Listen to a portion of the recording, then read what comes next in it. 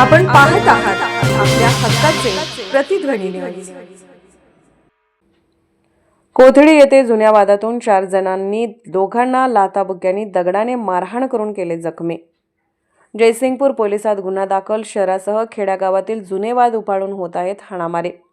जयसिंगपूरहून प्रतिध्वनी न्यूज चॅनलसाठी हुसेन शेख सांगतात की जयसिंगपूर शहराच्या उत्तरेला असलेल्या कोथळी तालुका शिरोड येथे जुन्या वादातून हाणामारीची घटना घडली आहे।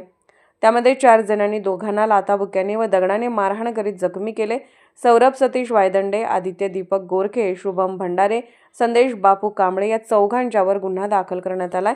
पोलिसांनी दिलेली अधिक माहिती अशी दिनांक 8 डिसेंबर रोजी रात्री 9:30 वाजण्याच्या सुमारास कोथळी एसटी स्टँड चौकात भारत बेकरी समोर यातील संशयित आरोपी यांनी जुन्या वादाच्या कारणावरून येशुदास प्रफुल्ल वायदंडे वय 27 व्यवसाय मेकॅनिक राहणार कोथळी यास हाताच्या ठोशांनी पोटात तोंडावर दोन्ही हातावर मारहाण करून खाली पाडून लाथाने पाठीत मारहाण केली आहे।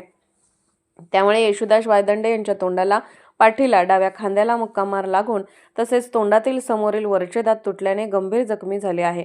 तसेच संशयित आरोपी आदित्य गोरखे याने फिर्यादी येशुदास याचे मित्र यश खांडेकर यास दगड फेकून डावे छातीवर मारून त्यालाही दुखापत करून शिवेगाळ करत जीवे मारण्याची धमकी दिली आहे।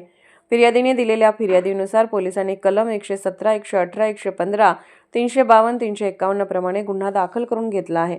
पुढील तपास police station constable Santosh Jadhav करीत आहेत।